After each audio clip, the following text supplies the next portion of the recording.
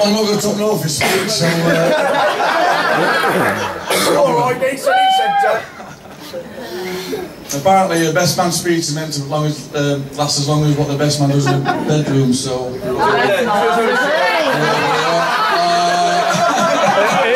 bride and groom!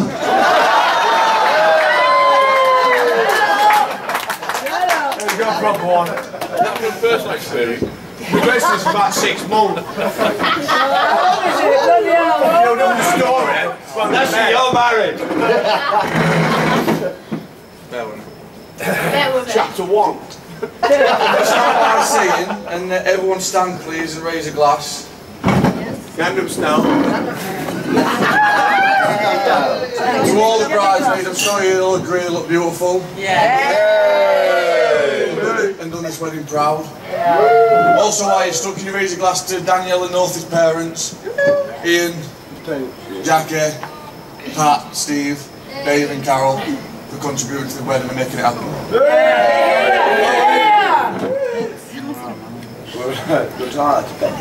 Can you read, Ryan? Do you want me glasses? No. Listen, I like to pen. You got one. Ian asked me on this holiday how a good relationship works and how a good marriage works, and I said it's easy. Every time me and I'll have to go to bed, she says she loves me, and I said I know, I love me too. and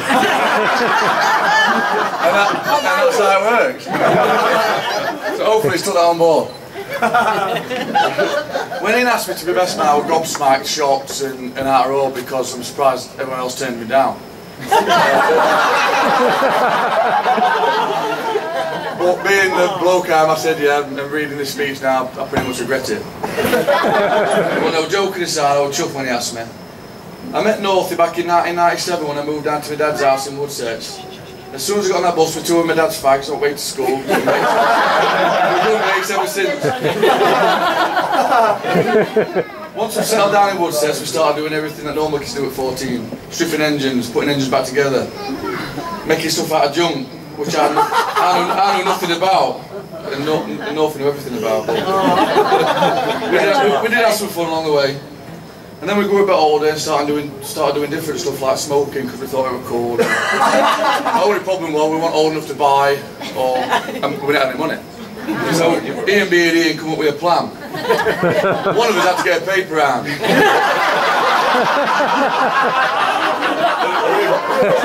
Coming from me or nothing.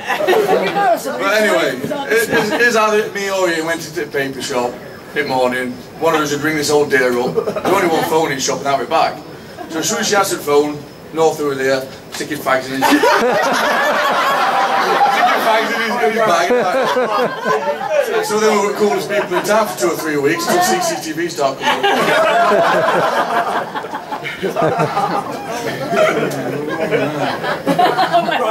Yeah. But then after that, we started resorting back to my dad's fags and my granddad's cigars. Smoking a cigar at 14 and 15, not like that cool, especially with a dry chat winning up.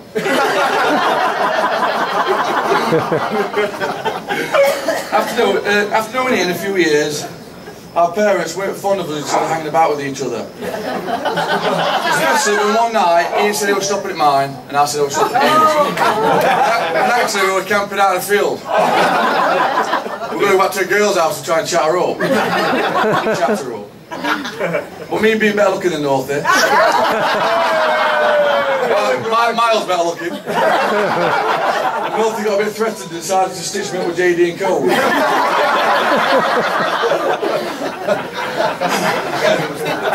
So I was found in the field by Northie's dad, paralytic with cow shit and spaghetti. And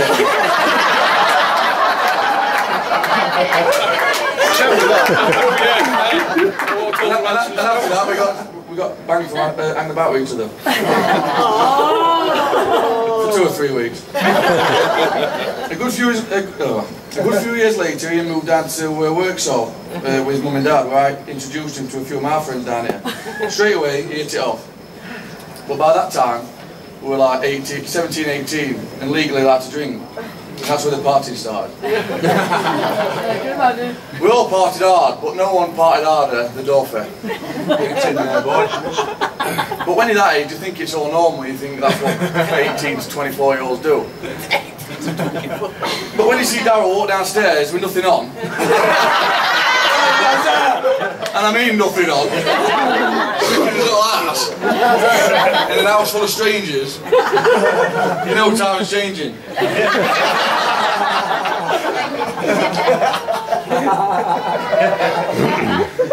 But seriously, Ian's party were getting out of hand. And things had to change. I know metal detectings might be a bit extreme.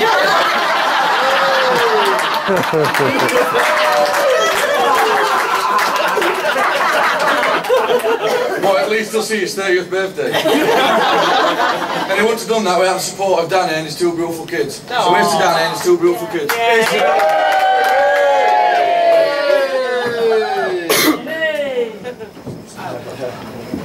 Music! Come on, Dan! Finish. It gives me great pleasure to see that you've tied the knot today. It meant so much to all of us, especially you two. I know, and I'm sure that you will all agree that Ian could not have done any better. No way. Danielle could have done a bit better. Danielle deserves a special thank you after all the hard work she's done these past few months, ensuring that we all have an amazing time. And I would like to say it on behalf of all of us, thank you, it's been amazing.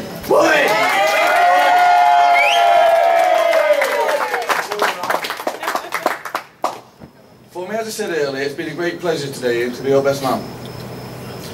We've shared some great times and I'm sure that they will long continue. I'd just like to finish off with a quote. Marriage is not about finding a person to live without. No, sorry. Marriage is not about finding a person to live with, it's about finding a person you can't live without. So ladies and gentlemen, it gives me immense pleasure, not to mention relief, to invite you to stand one more time and give it up to the bride and groom, Mr. and Mrs. North.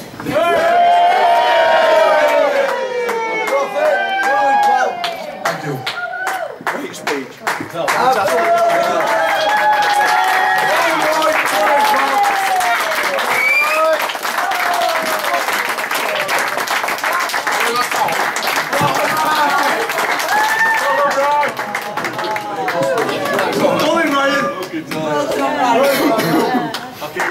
Well done, Ryan. Just get to get to see the name of that. Keep like he says to sleep at me. Music!